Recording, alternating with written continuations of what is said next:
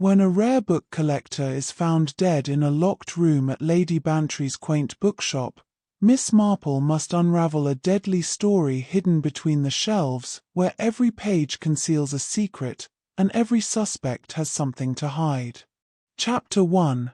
A Death in the Reading Room. It had been raining for 3 straight days in St. Mary Mead, the sort of soft, persistent drizzle that crept into the corners of cottages, dampened hems of coats, and brought the faint smell of earth and wood smoke to every narrow lane.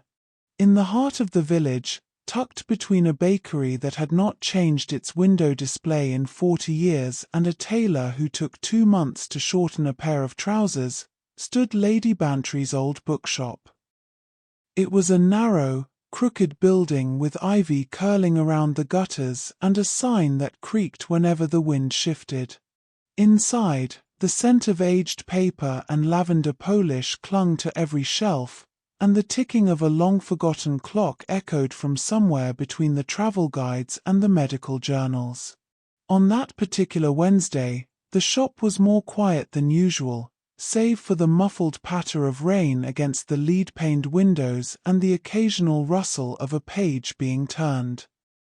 Lady Bantry, recently widowed and in possession of both time and a somewhat flagging inheritance, had reopened her late husband's antiquarian bookshop not so much out of need, but nostalgia. She had always found comfort in the company of books, particularly those whose pages whispered of strange lands, unsolved mysteries, and elegant murder.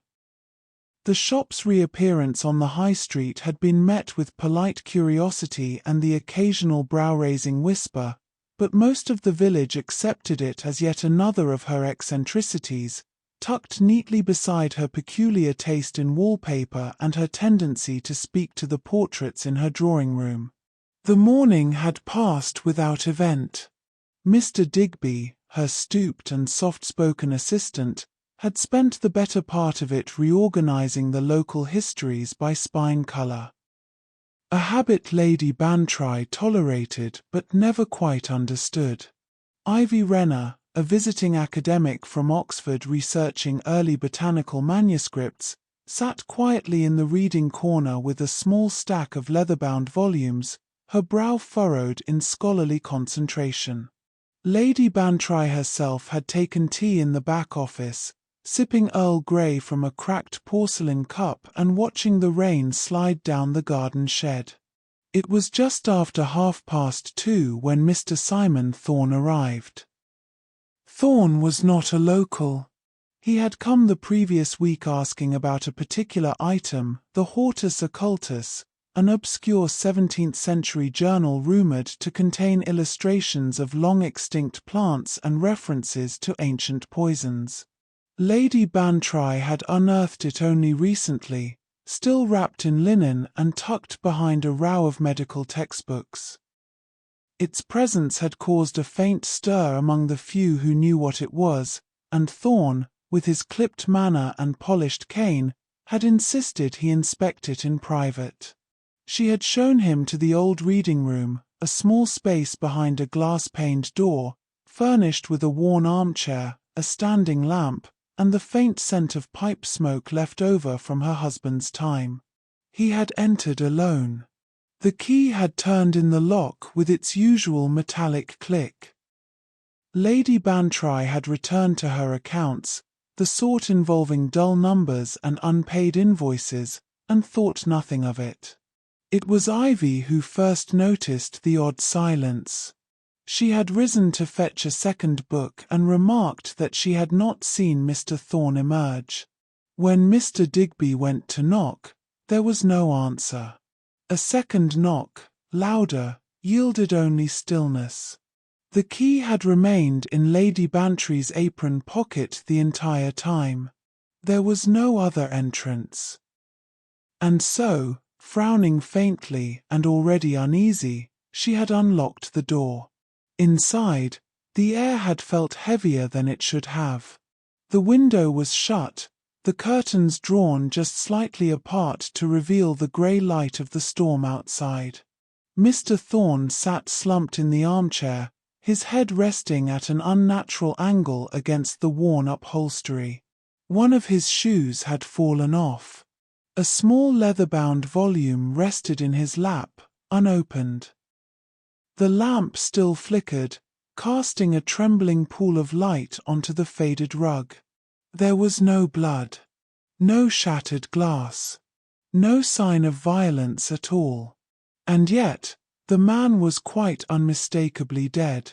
The village doctor, summoned quickly and huffing beneath his waterproofs, could find no immediate cause. There were no wounds, no signs of struggle. His cane remained untouched beside him, and the book he had been so desperate to examine sat idle and closed. It was as though he had simply stopped. Like a clock whose gears had wound down in silence. The cause of death, the doctor muttered, might have been the heart. Or something subtler. Poison, perhaps. But there were no obvious traces, no bitter scent on the breath, no color beneath the nails. It would take days, he added, for any report to come back. The police, when they arrived, treated the matter with procedural patience. Statements were taken. The room was photographed. Mr. Thorne's belongings, minimal and carefully packed, were removed for inspection. But no one could explain how a man could die alone in a locked room, within a peaceful village, surrounded only by paper and silence. Lady Bantry stood in the back corner of the bookshop that evening, staring at the reading room's closed door. The key now rested in an envelope marked as evidence. The hortus occultus had been placed in a sealed bag. Rain continued to patter against the windows, blurring the view of the churchyard across the square. She found herself thinking, not of Mr. Thorne's sudden death, but of a woman she hadn't seen in some time. A woman who had once sat on her terrace and explained, in a voice as gentle as it was unshakable, how a missing spool of thread had solved a murder. That same woman had remarked, only half joking, that nothing so exciting ever happened in St. Mary Mead until it did. And so, as the constable collected the last of his papers and the bookshop faded into evening shadow, Lady Bantry reached for her writing pad. There was only one person she trusted with a mystery such as this. One mind quiet and sharp enough to see through the fog of coincidence and motive. As the ink dried across the envelope's front, she felt the first stirrings of curiosity rise above her unease. Miss Marple, she wrote carefully. Urgent. Chapter 2. Whispers among books and shadows behind smiles. The letter arrived the next morning, hand-delivered by a boy who had to be coaxed in from the rain. It bore no stamp and no return address, but its contents were unmistakable. A brief, elegantly written summary of the prior day's events and a quiet invitation to visit the scene if one happened to be in the village, and if one found the matter of literary death to be of interest. Naturally, Miss Marple, who was neither far away nor uninterested, arrived by the midday post. She was dressed as always in unassuming grey, with a small hat that trembled in the wind and a handbag that seemed to contain everything one might need in the face of sudden tea or sudden crime. The years had settled lightly upon her, and though her pace was gentle, there was nothing vague about her eyes. They moved with the quiet precision of someone who noticed too much and said too little. When she stepped into the shop and inhaled the scent of damp paper and beeswax polish, she did not smile, but her fingers tightened ever so slightly around the strap of her handbag. Lady Bantry greeted her in the front room, beneath the oil painting of her late husband. There was no need for pleasantries. Within moments, she had led Miss Marple past the shelves, through the narrow corridor behind the counter, and into the reading room where the previous day's mystery had unfolded. The constables had gone. The doctor had left. The furniture had been returned to its original place, but the air held something it had not held before, a stillness that had nothing to do with silence. Miss Marple surveyed the room with calm interest. Her gaze moved not just to the chair where Simon Thorne had sat, but to the position of the lamp, the distance between the bookshelf and the window, the mark on the rug where someone had stood too long. She lingered near the windowsill, where the faintest ring of condensation still clung to the inside glass. Then she stepped away, as though she had seen enough, and allowed herself to be led back to the sitting room where the day's tea had just been prepared. It was there, over a lukewarm cup and a slice of slightly stale Madeira cake, that Lady Bantry began to speak, slowly at first, then with increasing urgency, as though unburdening herself of a weight she did not fully understand. She described the man, Simon Thorne, with the uncertain fondness one gives to someone they barely knew but wanted to impress. He had spoken with the authority of a collector, asked precise questions about provenance, insisted on privacy. He had not smiled much, but he had complimented the binding of the Hortus Occultus and paid in crisp notes. He had not, she added, seemed the sort to die without protest. The shop assistant, Mr. Digby, was the next to be mentioned. He had been in Lady Bantry's employ for just under a year, hired for his meticulous care with fragile volumes and his quiet disposition. He rarely spoke above a whisper and had a fondness for ancient cartography, maps of forgotten empires and trade routes inked in curling script.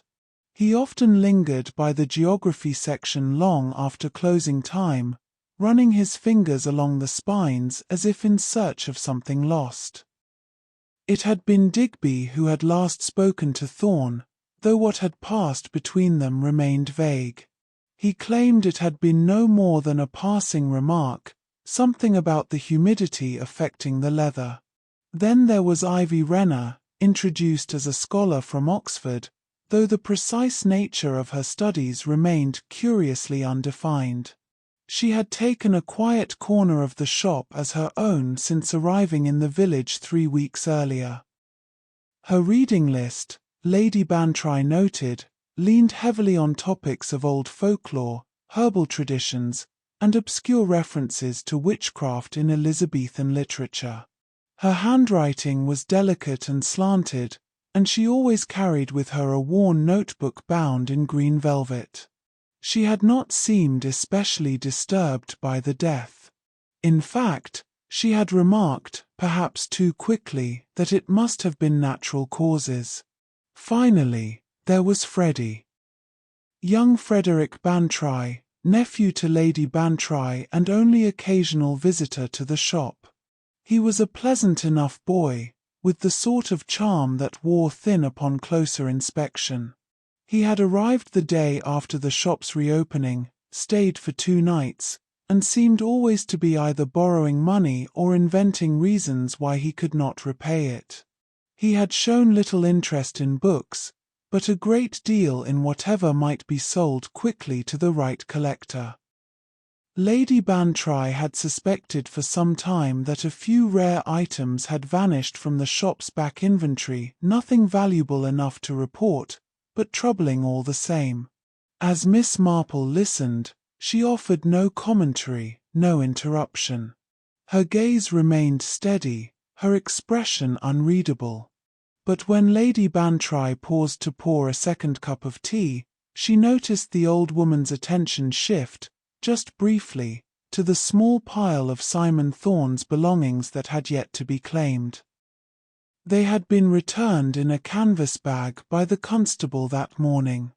Among them, a monogrammed handkerchief, a fountain pen, a folded newspaper, and a slip of paper that had fallen unnoticed from the pocket of his overcoat.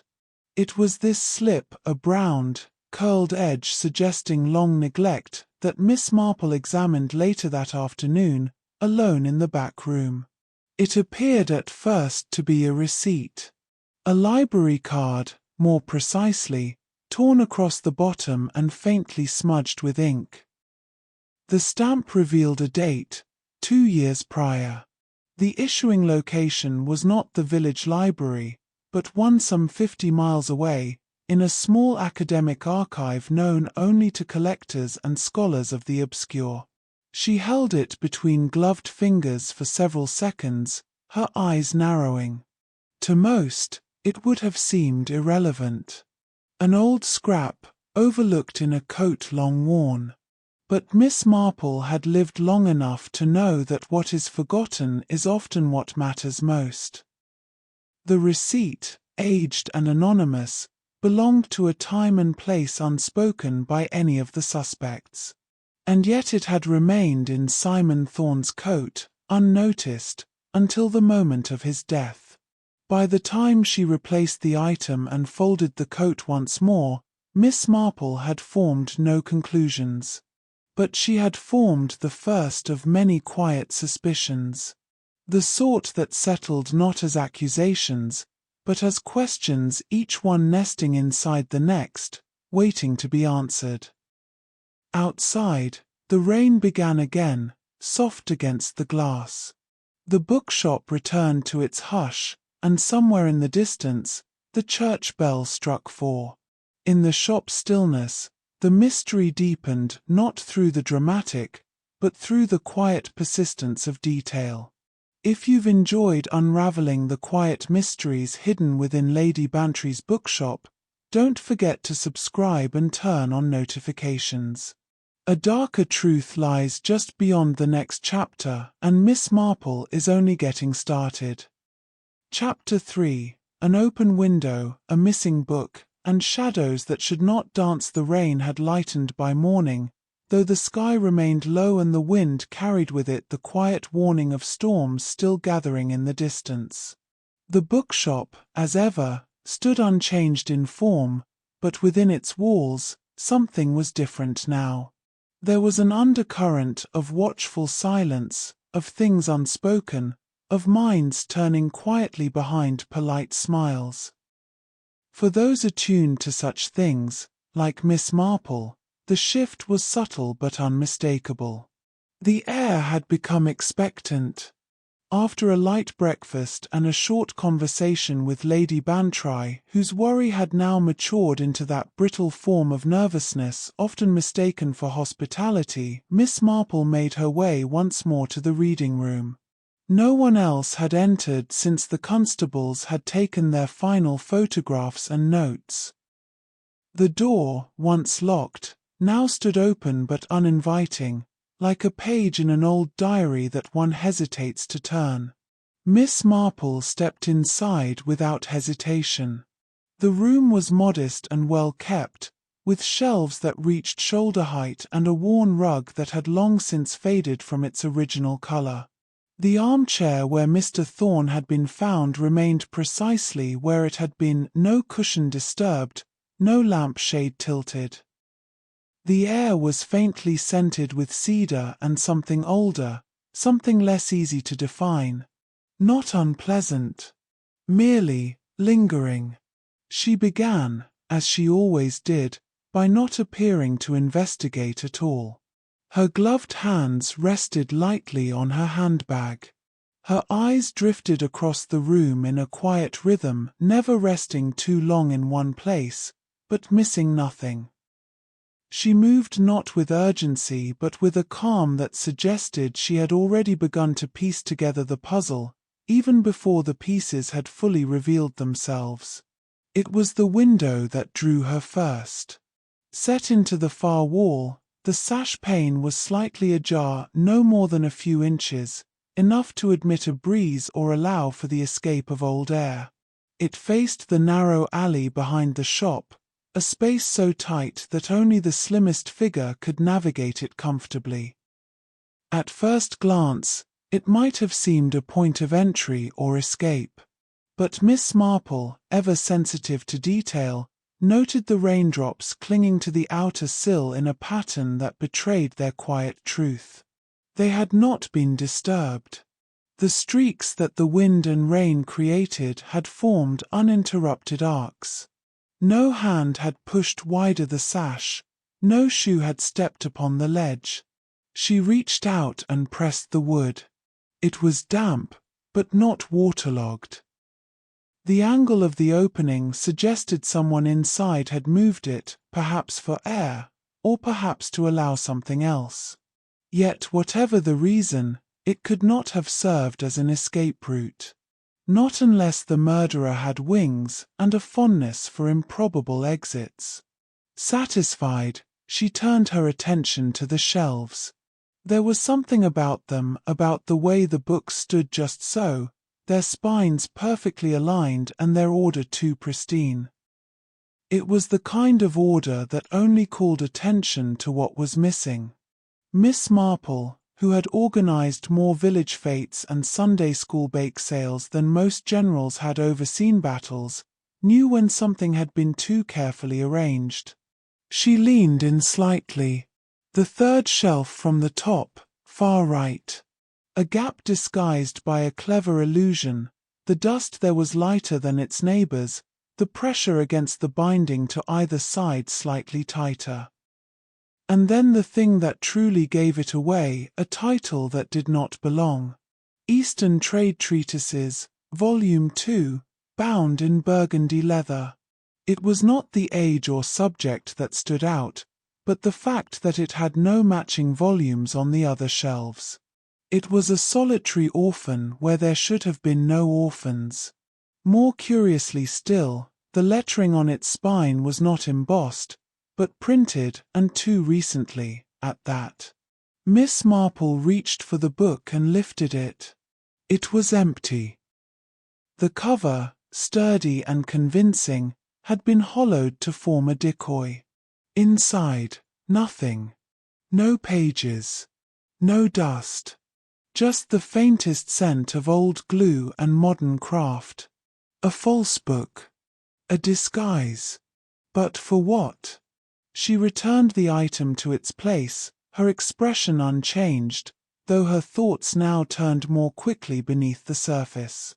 Someone had removed a book and replaced it with a decoy convincing enough to avoid casual notice. Which meant that either the original book had mattered a great deal, or the person removing it had something to hide. Later that day, Ivy Renner appeared again in the shop. She moved as she always did, quietly and with an air of purpose. She had her notebook in hand, her glasses perched low on her nose, and her scarf, green and fraying, wrapped twice against her neck. Lady Bantry offered her tea, which she declined. She asked after a particular volume on folk remedies of the 17th century. As she waited for Digby to fetch it, she mentioned, with studied casualness, that she had seen a light flickering in the reading room the night before. She had been returning from a walk, she said, unable to sleep and drawn to the way the rain fell beneath the street lamps. She had passed by the alley beside the bookshop just after midnight. The windows had been dark except for one. A flicker. A brief glimmer of candlelight. No more than a second, but unmistakable. Then it was gone. Lady Bantry had dismissed it as imagination. But Miss Marple, who had not been present for the exchange, learned of it through a passing remark Digby made as he shelved a book near her. She filed it away not as fact, but as possibility. Candles had not been used in the bookshop for years. Electric lamps had replaced them long ago, and Lady Bantry, ever cautious, had kept all open flames far from the pages she treasured. So if a candle had indeed flickered within that room after Simon Thorne had died, someone had brought it there and done so with care. By dusk, the day had returned to its grey hum, and Miss Marple stood once more in the corridor outside the reading room. Behind her, voices murmured softly. The rain had begun again, light and persistent.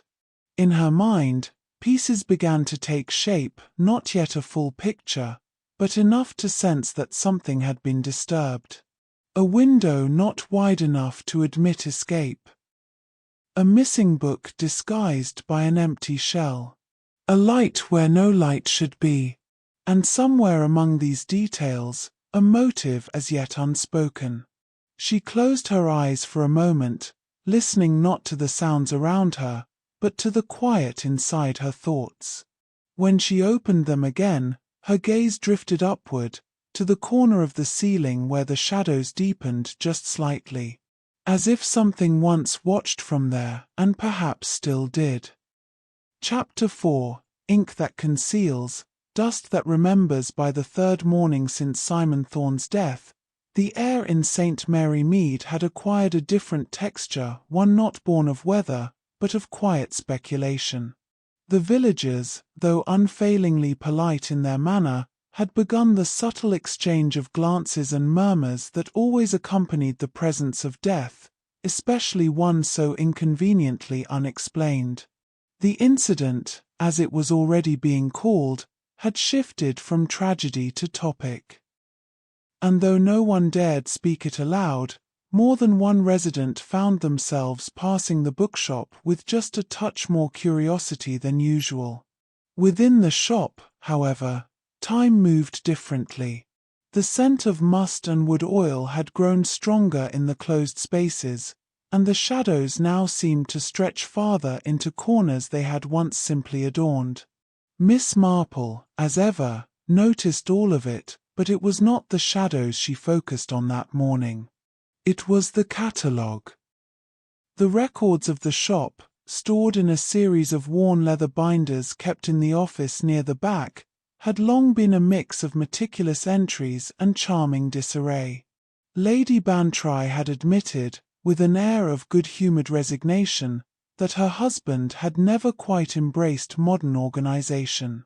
His notes had been personal, often coded in a way only he understood, and filed not by subject or date, but rather by a logic entirely his own. And so, as Miss Marple began to review the inventory logs, she did not expect simplicity. But she did expect consistency. The journal in question, the Hortus Occultus, was not where it should have been. There were references to herbal volumes, even to rare botanical works from the same era, but no mention of that specific title. No acquisition date. No source of donation or purchase. No ledger entry for condition, provenance, or appraisal. It was as though the book had slipped, ghost-like, into the collection without leaving so much as a paper trail. Curious indeed, for a volume of such rare and specific value. More curious still, considering Simon Thorne had seemed to know of it in precise detail before ever stepping through the door. She lingered over a few pages. The penmanship changed slightly mid-entry. The ink faded inconsistently, suggesting multiple hands had recorded these entries over time. But even in the oldest of entries, there was no mention of the Hortus Occultus. It had arrived silently, or it had been hidden deliberately. Later that afternoon, while the rain had paused and the shop breathed its brief spell of midweek quiet, Miss Marple took her tea in the back room with Mr. Digby nearby, arranging a stack of travelogues with his usual irreverent care. He moved slowly, precisely, the kind of man whose hands seemed most at ease when touching paper older than himself. He was never one for conversation unless pressed, but today he appeared distracted more so than usual. His eyes drifted toward the reading room more often than the books in front of him.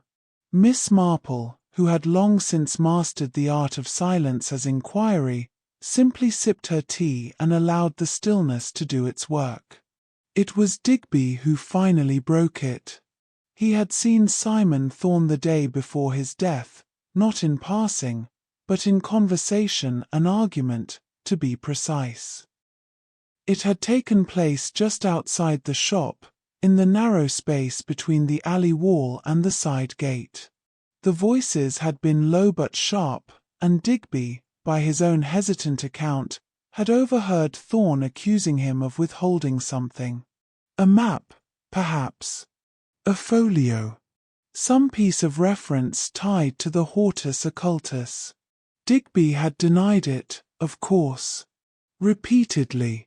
But Thorn had left the encounter with a final word that Digby refused to repeat, followed by a look he would not forget. Miss Marple thanked him without thanking him. The information was not confession, but context. It was enough.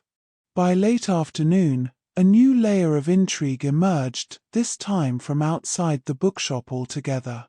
A visit to the vicarage, ostensibly to return a borrowed hymnal, led Miss Marple into a curious exchange with the vicar's niece, a girl of 19 who had more interest in village gossip than Holy Scripture.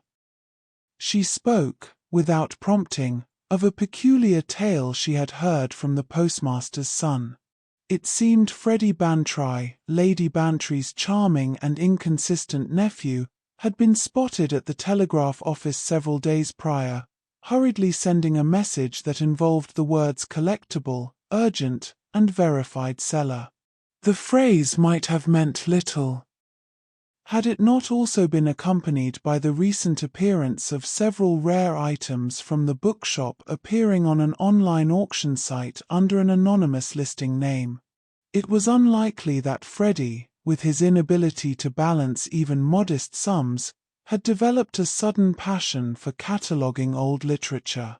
Far more likely, it seemed, that he had been attempting to turn quiet profit from Lady Bantry's private collection.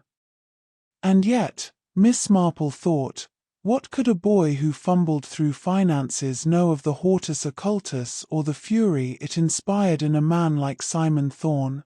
The two matters, one sordid, one scholarly, did not yet meet in the middle. But they hovered near each other like magnets reluctant to align. If Freddie had removed items from the shop, and if Simon had been searching for something specific within its walls, then the possibility remained that what one took in ignorance, the other sought with dangerous intent. As evening fell once again, the shop dimmed beneath the greying sky. The armchair in the reading room remained undisturbed, the books on the shelves waiting in quiet judgment.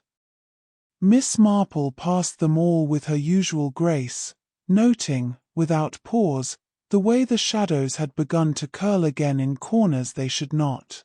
A journal uncatalogued. A map unaccounted for. A boy with quick fingers and slow thoughts.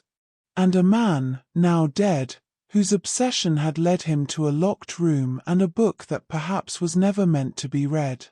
The pieces were beginning to stir, not yet in place, but no longer scattered. And somewhere among them, folded between the pages of paper and motive, was a truth waiting to be read. Beneath every page lies a secret, and some stories aren't meant to be found. If you're drawn to quiet puzzles and deeper shadows, subscribe now and turn on notifications. Chapter 5 will take us even closer to the truth, where a missing book may hold more than words. Chapter 5. A scent on the air and a silence in the shelves. The weather had taken a turn again. The rain that had briefly relented now returned in fine, misting sheets that hovered in the air rather than fell. It was the sort of damp that clung to fabric, softened the edges of windows, and filled narrow spaces with the hush of something waiting. Inside the bookshop, the gloom had become oddly comforting. An atmosphere befitting the musty scent of aging volumes and the subtle creak of wooden floors beneath careful footsteps.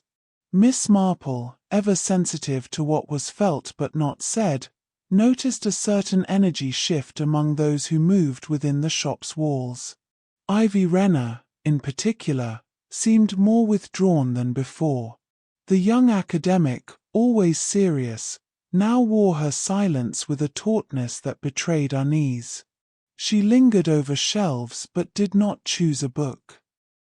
Her notebook, ever in hand, remained closed. There was, in her movements, a tension like that of a string pulled just shy of breaking. It was only when Lady Bantry, in her warm and well-meaning way, asked after Ivy's usual reading material, some book on plant lore or herbal superstitions, that the truth came out.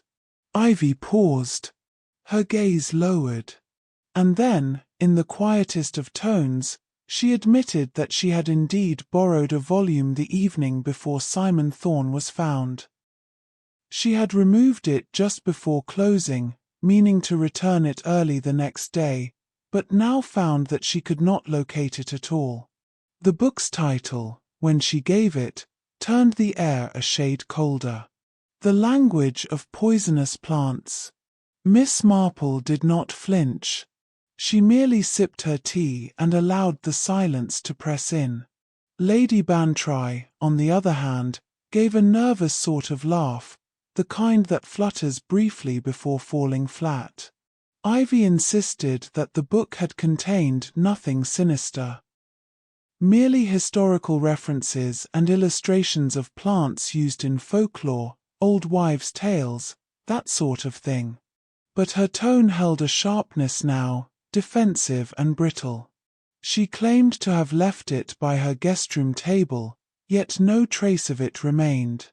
She offered to search again, though her eyes betrayed the doubt before her words ever formed. Later that afternoon, Miss Marple requested another look at the reading room, not for the sake of discovery, but for confirmation. She had learned long ago that the most important details were not always new. Often, they were old things noticed in new light. She moved slowly through the space, past the armchair and lamp, past the crooked shelf that still bore the hollowed-out false book. It was as she turned toward the window that something caught her attention, not a sight, but a scent. Faint, almost imagined. But it was there. She closed her eyes for a moment, drawing in the air as one might do in a garden where something curious had bloomed. Beneath the usual notes, leather, old paper, and the floral scent of Lady Bantry's furniture polish, there was something else. Something bitter. A scent just sharp enough to catch in the nose and linger in the memory. Foxglove. She recognized it not from reading, but from long-ago gardens and long-lost acquaintances.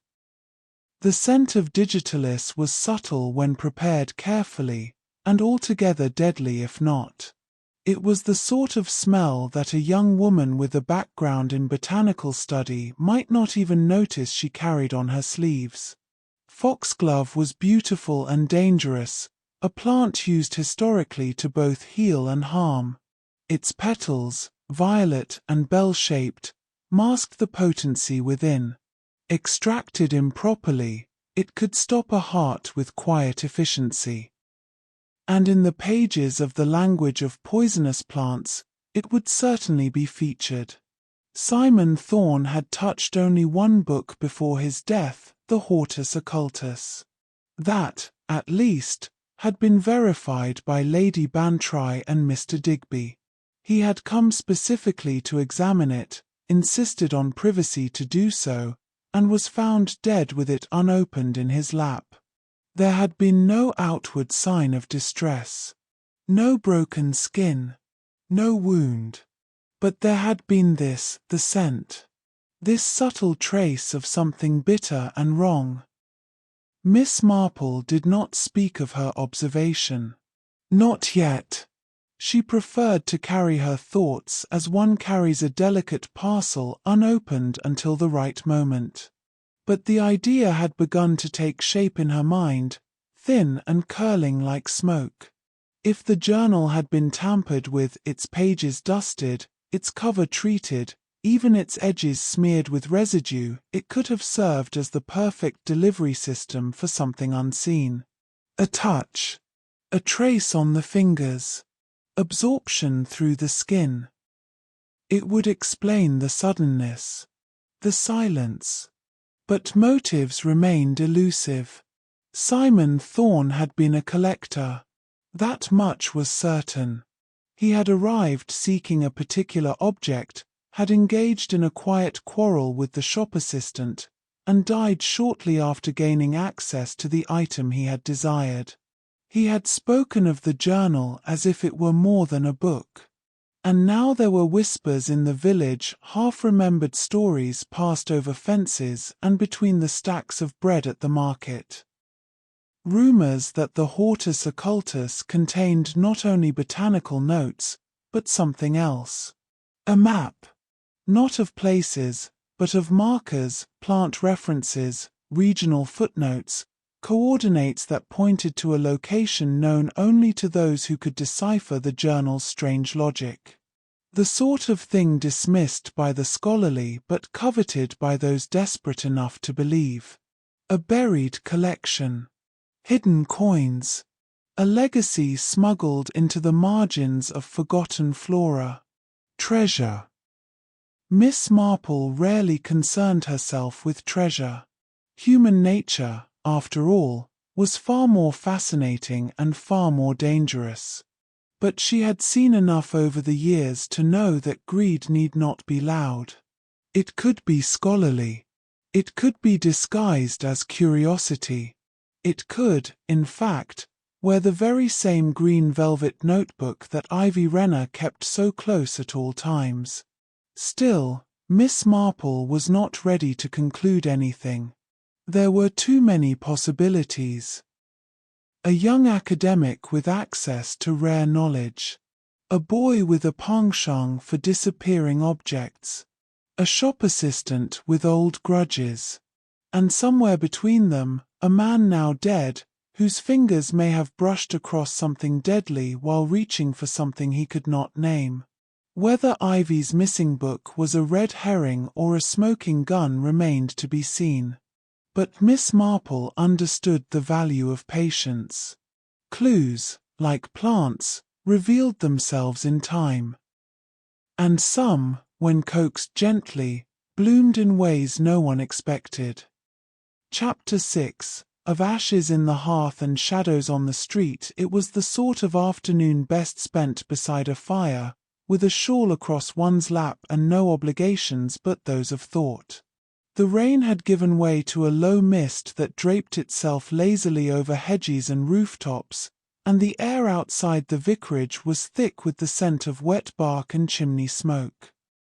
Miss Marple, who had always appreciated the contemplative quality of dull weather, accepted the vicar's invitation for tea with the quiet satisfaction of someone who knew that conversation, like weather, often revealed most when left to settle. The vicar, Reverend Maltby, was a man of mild temperament and keen interest in his parish doings, not out of meddlesomeness, but from a sort of fatherly curiosity that made his presence both reassuring and gently nosy. Over cups of Earl Grey and a plate of shortbread that leaned slightly stale, he listened politely as Miss Marple made casual mention of Ivy Renner's recent habits. It was only when the conversation turned to Ivy's background that the vicar, quite unintentionally, offered something of value. She had come to St. Mary Mead not from Oxford as most assumed, but from a temporary research posting in Cambridge, specifically within the Department of Pharmacology. Her published work, he recalled vaguely, had concerned plant-based compounds and early uses of toxins in traditional medicine. Not criminal by any means, but specialized. Precise. It was the sort of detail that might go unnoticed unless one had reason to wonder how a person knew exactly what they did or what they might be capable of preparing. Miss Marple, of course, gave no outward reaction. She simply took another sip of tea, folded the knowledge gently into her thoughts, and changed the subject to the recent harvest of Michaelmas daisies. By early evening, she had returned to the bookshop under the pretense of helping Lady Bantry sort a donation of old gardening manuals. The shop was quiet again, as it often was this time of day, with only Mr. Digby visible through the window behind the counter, his figure half-shadowed by the flicker of firelight from the back room. Miss Marple stepped lightly down the corridor, not wishing to disturb, and paused at the doorway just in time to witness something quite unexpected. Digby stood before the fireplace, shoulders hunched, the collar of his coat upturned. In one hand he held a small bundle of folded paper, aged, yellowed, and lined with delicate ink that looked to have been drawn by hand. With the other, he fed the papers one by one into the flames.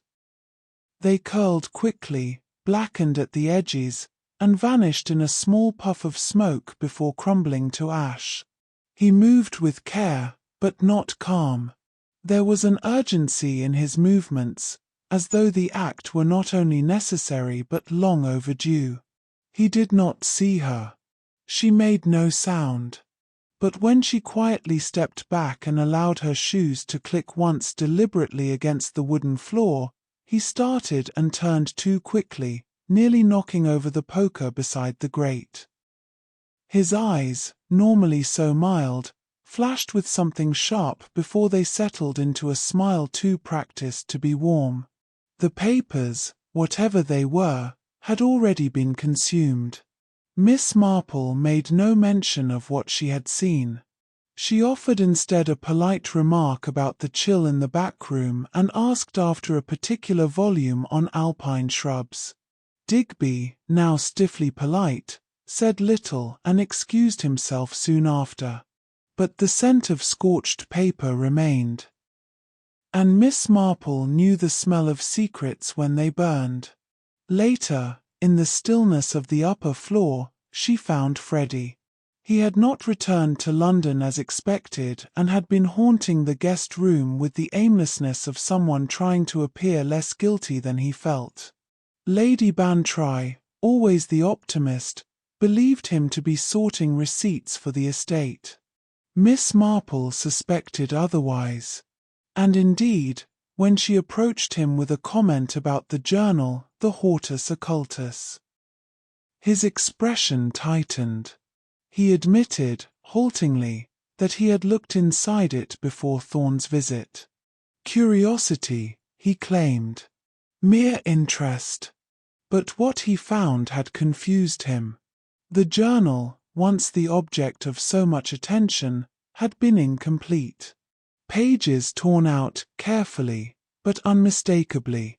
What remained were fragments, partial illustrations, and the occasional cryptic passage. He had meant to tell his aunt, of course, but then Thorne arrived, and then everything happened. Miss Marple made no judgment. She simply nodded and let the quiet hang between them like a curtain.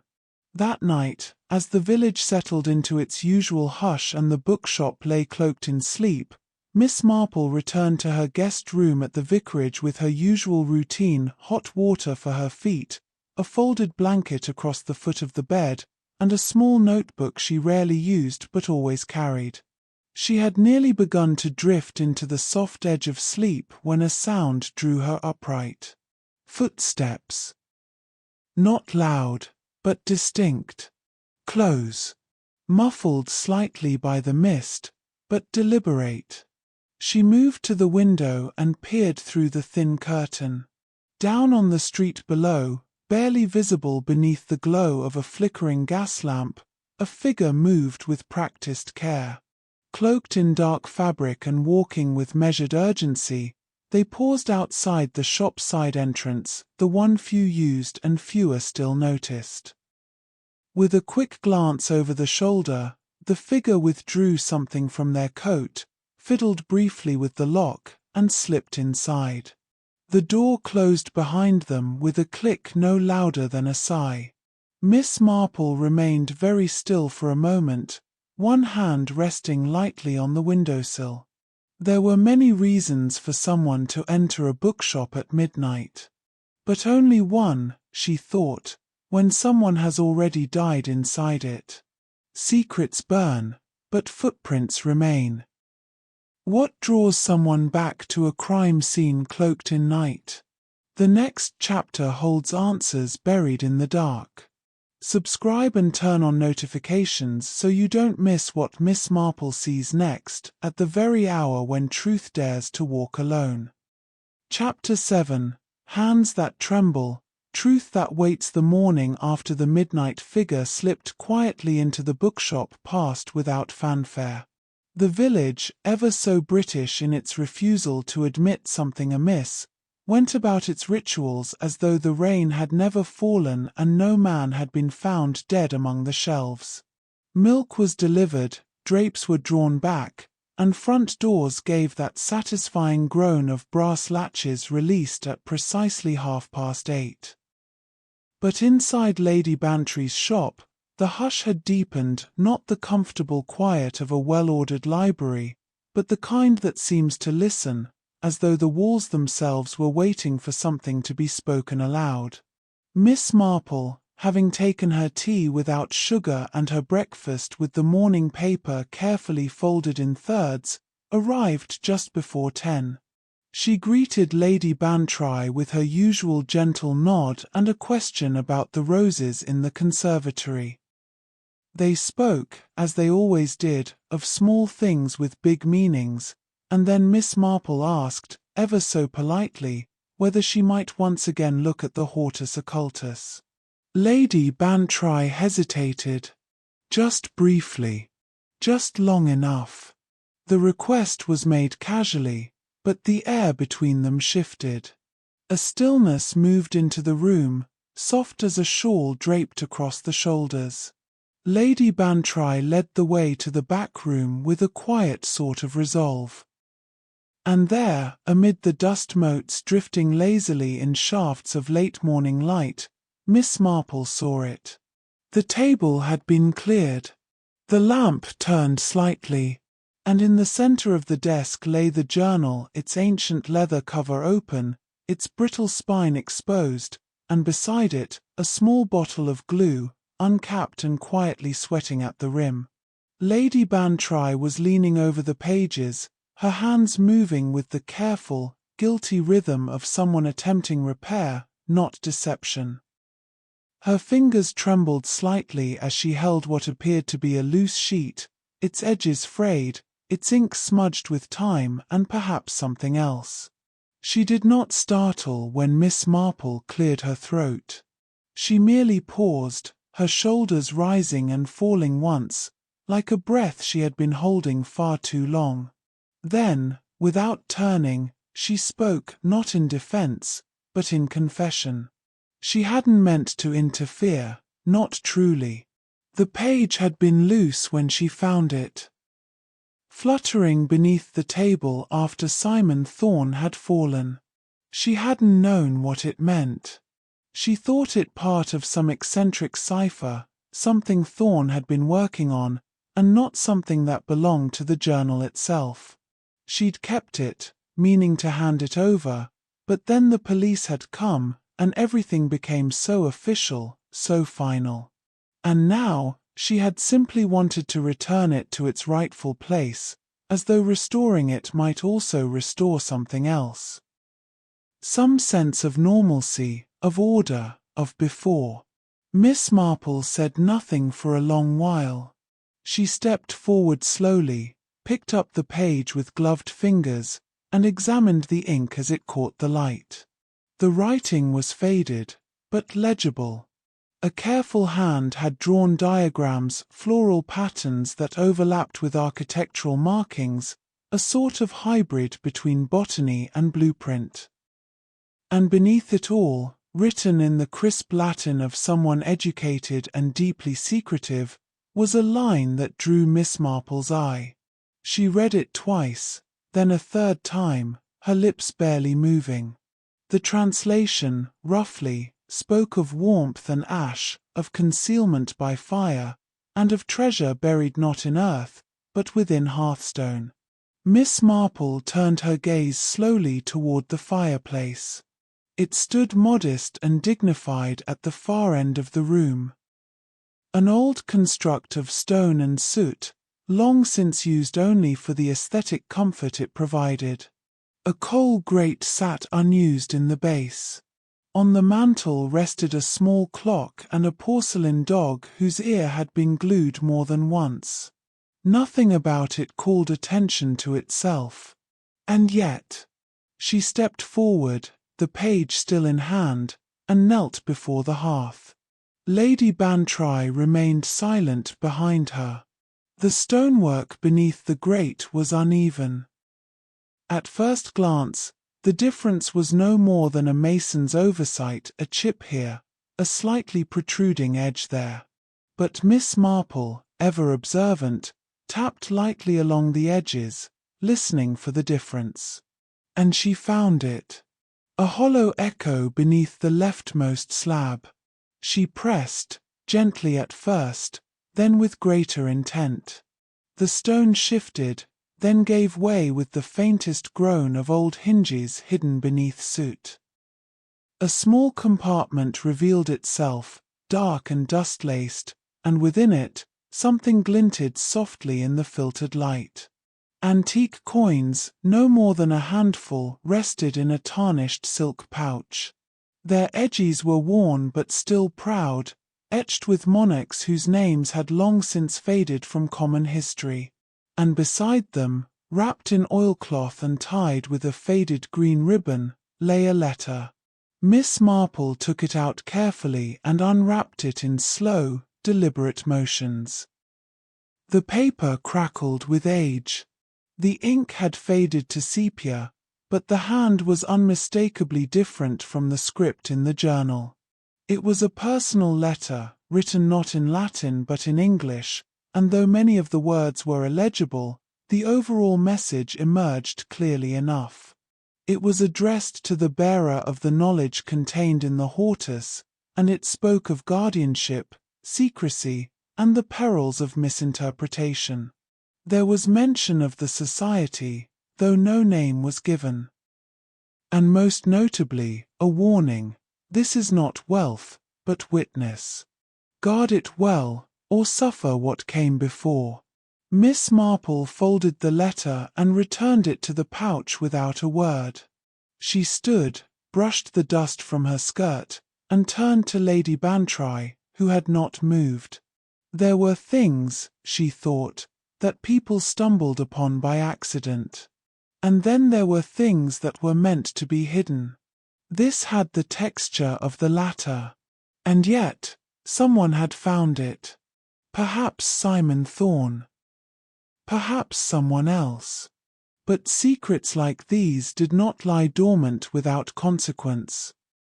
Chapter 8, Ink confesses, but the eyes say nothing. The storm returned on the 8th day, not in great torrents or roars of thunder, but in the creeping drizzle that slipped through cracks in windows and saturated the air like a secret.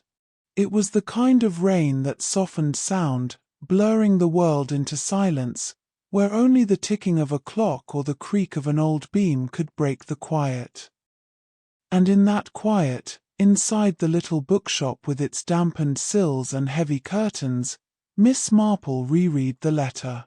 She had kept it close, folded within a linen handkerchief in her handbag, the way one might carry a photograph of something dear or a list of final instructions. It was not the letter they had first found hidden in the hearth that, one, ancient and anonymous, had served its part. This was something newer, more recent. Discovered hours later, tucked between the last pages of the Hortus Occultus, wedged so tightly it could not have slipped there by accident.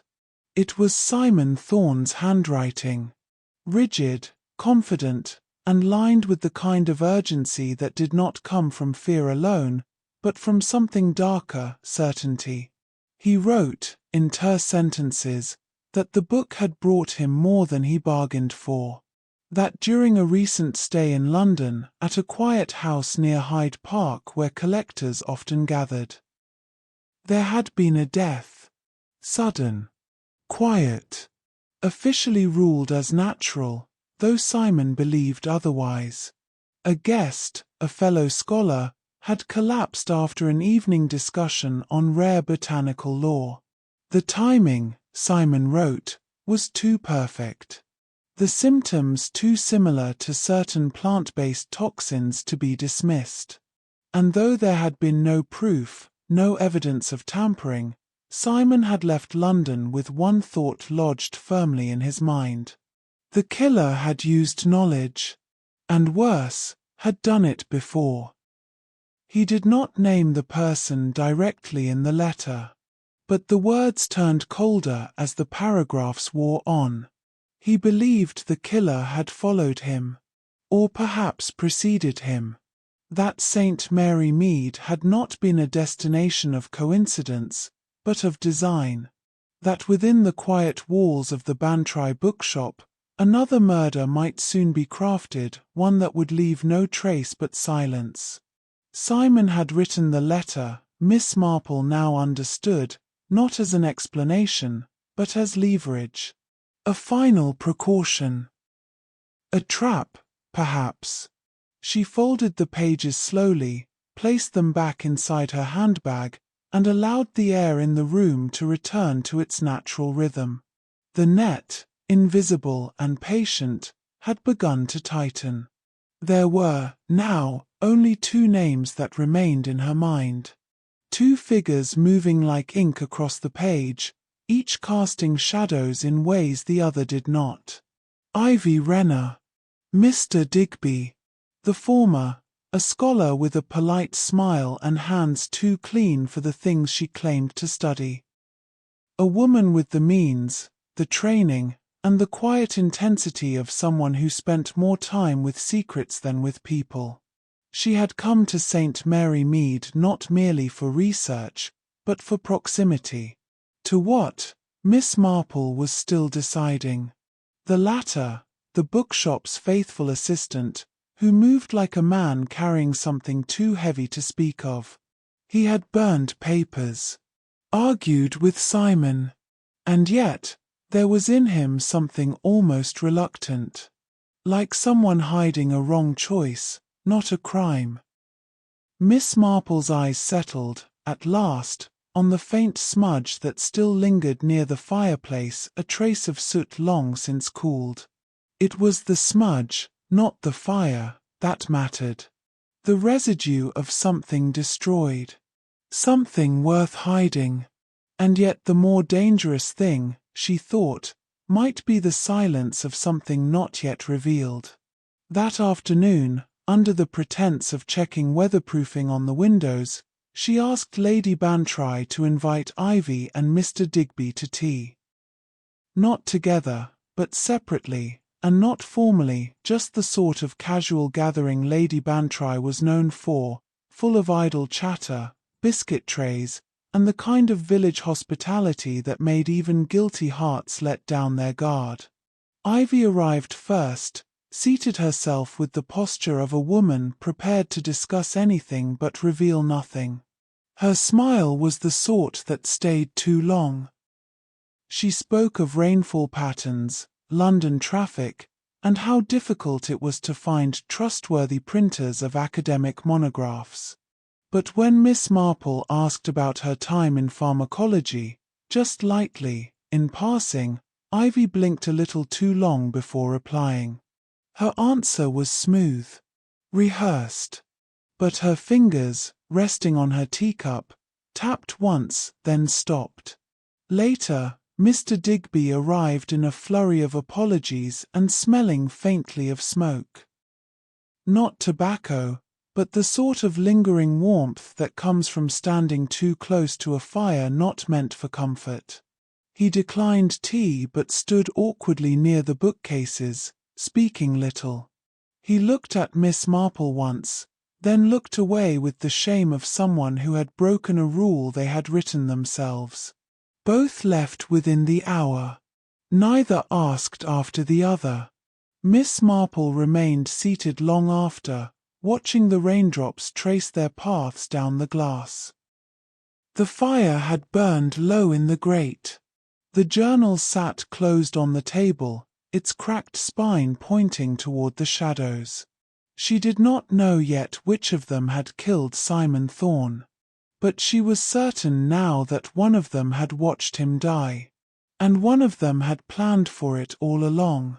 What Simon feared, someone made real. As Miss Marple follows the faint scent of guilt, only two remain beneath her watchful eye. Subscribe and turn on notifications. Chapter 9 will bring the quiet truth into the light and expose the mind behind the murder. Chapter 9. A bitter leaf, a quiet death, and the polite shape of guilt. The rain had ceased at last. It left behind a stillness that felt almost theatrical, as if the skies had taken their final bow and the world waited, hushed, for something to be said. Inside Lady Bantry's drawing room, the fire crackled with well-mannered insistence, and the scent of wax polish, old books, and orange pekoe tea mingled in the quiet air. The china was neatly arranged, the curtains drawn against the fading afternoon light, and the guests seated as if in rehearsal for a genteel village gathering. But there was no script today. Only truth. Miss Marple, seated closest to the fire, arranged her gloves beside her saucer and folded her hands with the calm authority of someone who had spent decades understanding people not through confession, but through observation. Her gaze moved gently from one face to the next, never accusing, never sharp, but unrelenting all the same. Lady Bantry, ever gracious, sat with a nervous stillness beside the sideboard. Mr. Digby occupied a corner of the settee, visibly pale, though whether from guilt or anticipation remained to be seen. Freddie leaned forward, trying to appear relaxed, though his heel tapped soundlessly against the rug.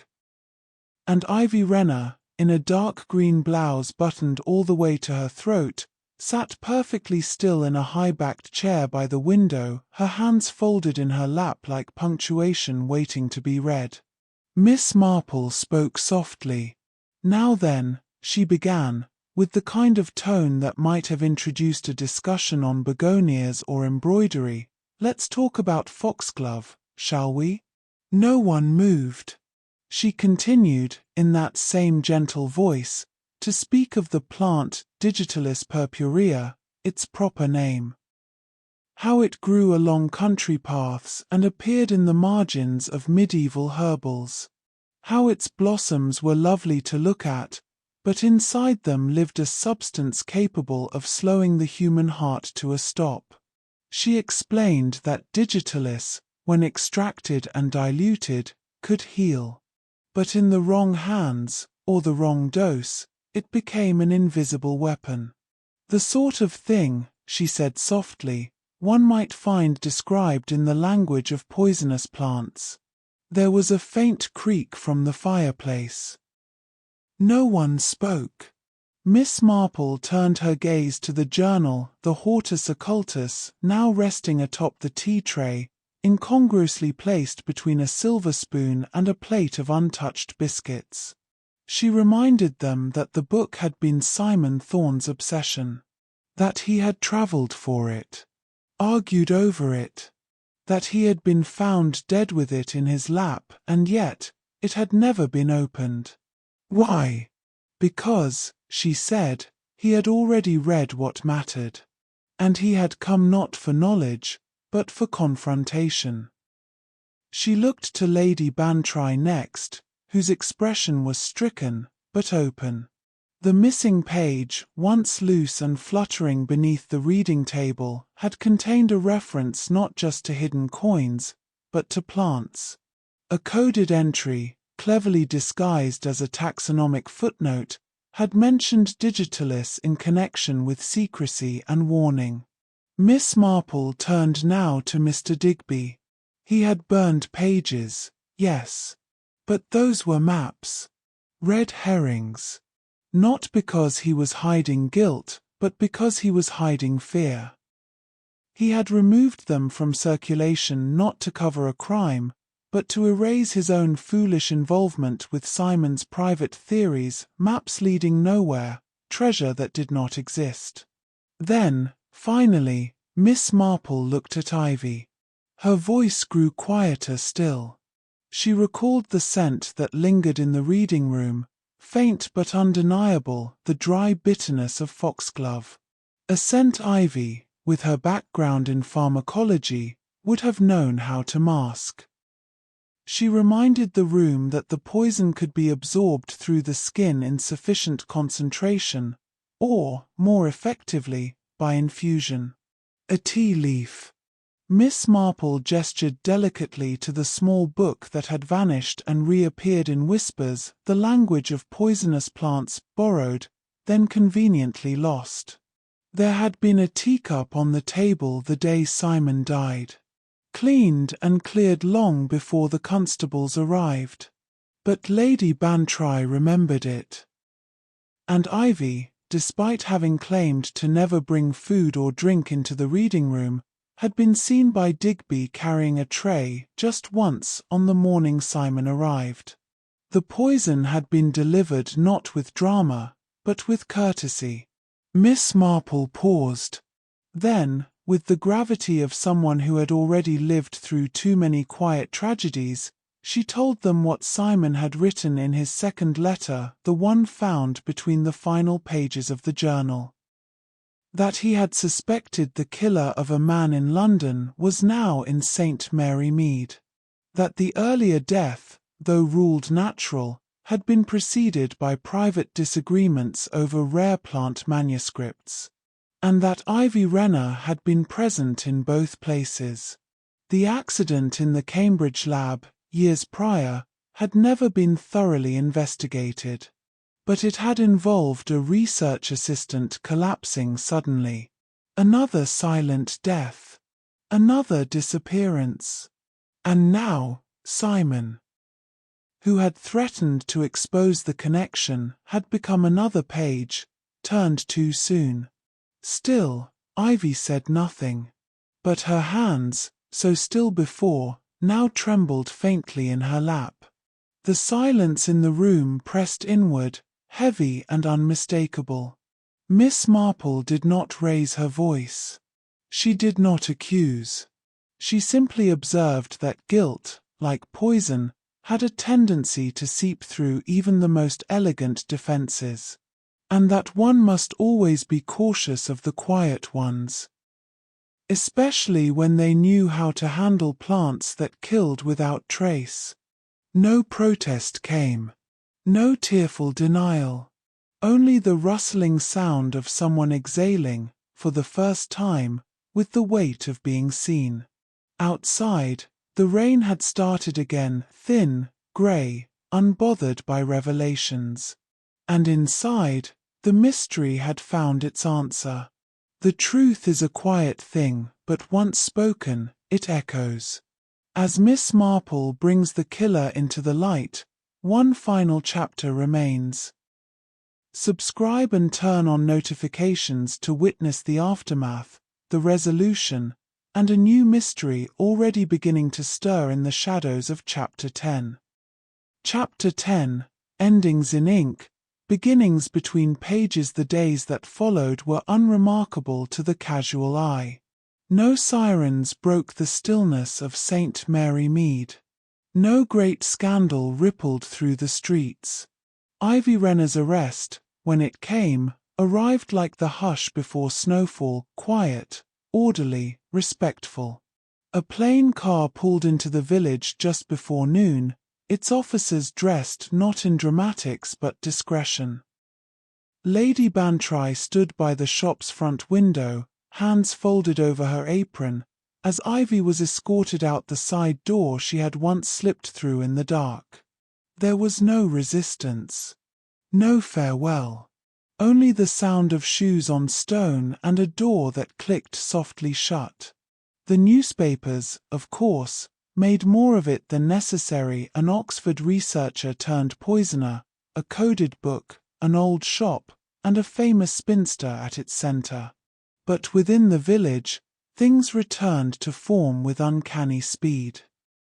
The talk turned back to the quality of the jam at the grocer's and whether the vicar's sermon had gone on a touch too long. St. Mary Mead did not dwell. It observed, adjusted, and continued. The bookshop, oddly enough, did not close. It was Lady Bantry, once aimless, often careless, who took the reins. Whether out of guilt or a need for purpose no one dared ask, he announced, with a somewhat theatrical flourish, that he would be transforming the space into a literary cafe. The name would remain Lady Bantry's Old Bookshop, but there would be tea served alongside Tolstoy, scones beside Shelley. The reading room would remain untouched, save for a new chair and a plaque discreetly avoiding any mention of murder. Lady Bantry approved, of course. She claimed it was what her husband would have wanted. And perhaps it was. Miss Marple, for her part, stayed on for several more days. Long enough to tidy the ends of the story, long enough to enjoy 2 peaceful afternoons with nothing more pressing than the sound of a kettle coming to boil. It was during one of these quiet intervals, seated in the garden room with a shawl across her knees and a robin tapping curiously at the window-pane, that she slipped the hortus occultus into her own small travelling valise. For safekeeping, she had said, to no one in particular. The book, after all, had done enough damage in careless hands. Best it remain with someone who understood that knowledge, like a garden, must be tended gently and with great care. And so, the mystery folded itself away, like the final chapter of a well-loved novel. The letter had been read. The poison traced. The silence broken. There were no grand declarations, no applause. Only the sound of dust settling and the quiet relief of things making sense again. But endings are never quite what they seem. On her final morning in St. Mary Mead, Miss Marple took her usual seat by the front window, a cup of black tea at her side and a small envelope in her hand. It had arrived with the early post, nestled among more mundane letters, its paper thick, the handwriting unfamiliar but elegant. There was no return address. Only her name. Inside, the card was brief. It read, "We have need of a discerning mind at Ashcombe Manor, Dartmoor. Matters of inheritance." And whispers in the walls. "You are cordially invited." No signature. But something about the ink, the precision, the very choice of words, suggested the sort of invitation one did not ignore. Miss Marple folded the card once and placed it in her handbag. She looked up at the morning sky, its pale color streaked with the earliest threads of blue, and smiled, just faintly. The story in St. Mary Mead had ended. But in Dartmoor, another had already begun. The bookshop mystery is closed, but Miss Marple's cases never truly rest. A letter from Dartmoor now calls her into deeper shadows, where old estates whisper, and new secrets stir. Subscribe and turn on notifications to follow her into the next mystery, where the silence may not be so polite.